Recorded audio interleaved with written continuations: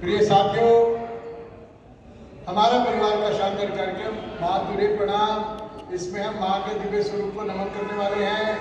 माँ ही श्रद्धा, माँ ही ईश्वर, माँ पूजा की थाली है, उस माँ के बिन जीवन सोना जो बगिया बिन वाली है।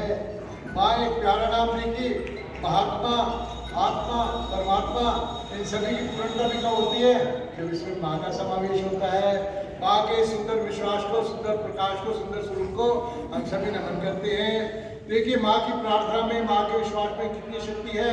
एक बहुत सुंदर एक प्रसंग आज यूट्यूब पर जिसको करोड़ों लोग देख रहे हैं। डॉक्टर कार्लोस यूरोप के बहुत बड़े डॉक्टर हैं।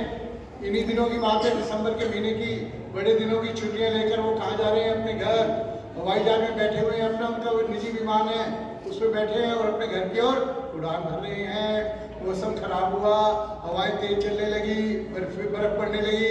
अचानक उस विमान को रास्ते में कहीं एक सेफ जगह पर लैंड करना पड़ा। वहाँ कार द्वारा डॉक्टर साहब अपने घर की ओर जा रहे हैं।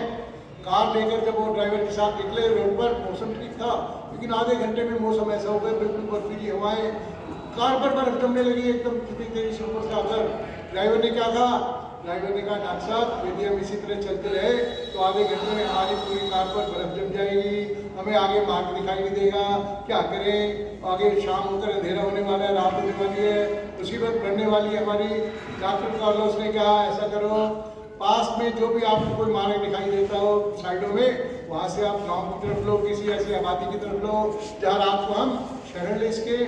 उसने ड्राइवर ने देखा साइड में कोई पगडंडी जा रही थी, उसने कार को उस पगडंडी पर डाल दिया। 2-3-4 किलोमीटर चलने पर कार एक पुराने से दुकान के आगे जाकर रुकी। मकान पर जब ड्राइवर ने उतर कर नॉक किया तो अंदर से एक अधेड़ महिला ने अंदर से दरवाजा खोला। बोले, कहिए क्या काम है? बोले, हम इस तरह फंस गए हैं मौसम के कारण, हमें आपके यहाँ एक रात की शरण चाहिए। डॉक्टर कार्लोस और ड्राइवर को उस अधेड़ महिला ने आदरपूर्वक अपने घर बुलाया। 2 कमरे थे छोटे छोटे, एक कमरे में उनके कुछ गर्म कपड़े जो उसके पास थे उनकी व्यवस्था की। बोले, आप विश्राम कीजिए, ये आपका अपना ही घर है। डॉक्टर कार्लोस और ड्राइवर ने आराम किया। सुबह हुई तो उन्होंने कहा, हम वापस चलेंगे। तो उस महिला ने प्रेम पूर्वक निवेदन किया, मैं एक गरीब महिला हूँ, लेकिन मैं चाहती हूँ कि आप जाते समय एक चाय और 2 बिस्कुट खा लें मेरे से, इससे मुझे आनंद मिलेगा कि मेरे घर में अतिथि आए हैं। तो उन्होंने डॉक्टर कार्लोस को भी लगा कि सर्दी का मौसम है, चाय पीने से मुझे आनंद मिलेगा। तो वो महिला जब चाय बनाकर लाई, बिस्कुट उसने रखे जो भी उसके बाद छोटी मोटी टेबल थी, महिला ने कहा, आओ हम मिलकर भगवान की प्रार्थना करते हैं, भगवान को धन्यवाद देते हैं एक नए दिन के लिए, इस सुंदर मौसम के लिए। तो डॉक्टर कार्लोस बोले कि मैं भगवान को नहीं मानता, मैं अपनी मेहनत को मानता हूँ, आपको प्रार्थना करनी है तो करो, मैं नहीं करूँगा। उस महिला ने भगवान को धन्यवाद दिया, हे यीशु, हे परमात्मा, आप इसी तरह हम पर अपनी कृपा बनाए रखें, एक नए दिन के लिए धन्यवाद। जब वो चाय पीने लगे तो अंदर से उस महिला का 12 वर्ष का बालक आया अंदर से। तो बालक बिल्कुल कमजोर दिखाई दे रहा था। तो डॉक्टर कार्लोस ने पूछा कि बालक की तबीयत ठीक नहीं लग रही। तो महिला ने हृदय गले से कहा कि इसे कैंसर हुआ है, मैंने आसपास जो मेरी यथासंभव इलाज था मैं करने का प्रयास कर रही हूँ, लेकिन सभी लोग कहते हैं कि एक यूरोप का बहुत बड़ा डॉक्टर कार्लोस है, वो इसका इलाज कर सकता है, लेकिन मेरे पास इतने पैसे नहीं है कि मैं वहाँ तक जा सकूँ।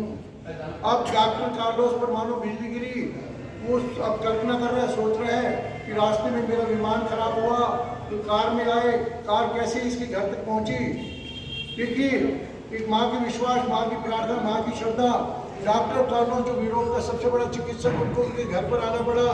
डॉक्टर कार्लोस ने उसी समय अपने स्थान से उठकर प्रभु को चारों नमन किया, हृदय गले से कहा कि मैं ही डॉक्टर कार्लोस हूँ, मुझे मानो परमात्मा नहीं, माँ के विश्वास के कारण यहाँ पर मिला है।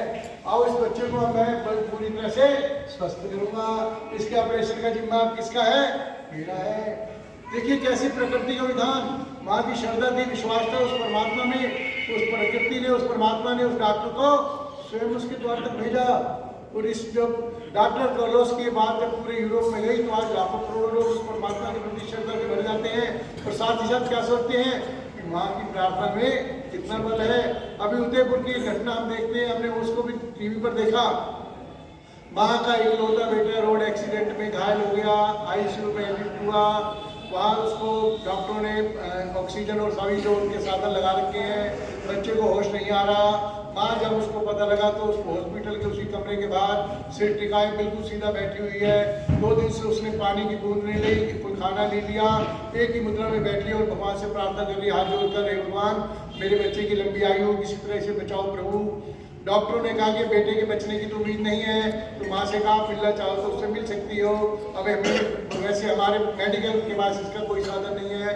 माँ गई उस बच्चे को मिलने, उसने देखा पूरा मेरे बच्चे की शरीर पर पट्टियाँ बंधी थी, मुख का एक भाग खुला हुआ था। माँ ने प्रभु से प्रार्थना करते हुए ममता में आंखों से आंसू झरने लगे। कुछ आंसू उस बच्चे के मुखड़े पर पड़े। 2 मिनट बाद उस बच्चे के मुखड़े में से स्पंदन हुआ, कुछ हिला उसका शरीर, और 3-4 मिनट जब लगातार आंसू उसके अंदर पड़ते रहे, उसके मुंह में भी 1-2 बूंदें गई, उसके मुंह से क्या शब्द निकला? माँ। माँ यानी परमात्मा। डॉक्टरों को पूरा ग्रुप आ गया दौड़कर, अरे क्या हुआ है, इसमें कहाँ से जान आ गई? तो किसका विश्वास था वो? कहते हैं माँ वो शक्ति है जिसके परमात्मा भी जिसके आगे नमन करते हैं। तो मित्रों, हम अपने घर में सब परमात्मा के साक्षात रूप जो माँ के रूप में हमारे बीच में है उसको नमन करें, उससे नित्य प्रति आशीर्वाद लें। इससे हमारा जीवन तो खुशियों से भरी जाएगा और हमें अनावश्यक बिना मांगे इतने आशीर्वाद मिलेंगे मानो हमारे जीवन में खुशियों की वर्षा हो गई हो। एक पंक्ति के साथ, रात भर जन्नत की सैर करता रहा हूँ मैं, सुबह जब मेरी आँख खुली तो मेरे सिर माँ की गोद में था।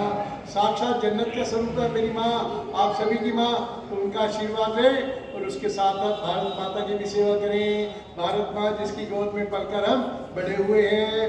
मित्रों, आपको हमारा परिवार का कार्यक्रम कैसा लगा? हमारा परिवार के कार्यक्रम से जुड़े।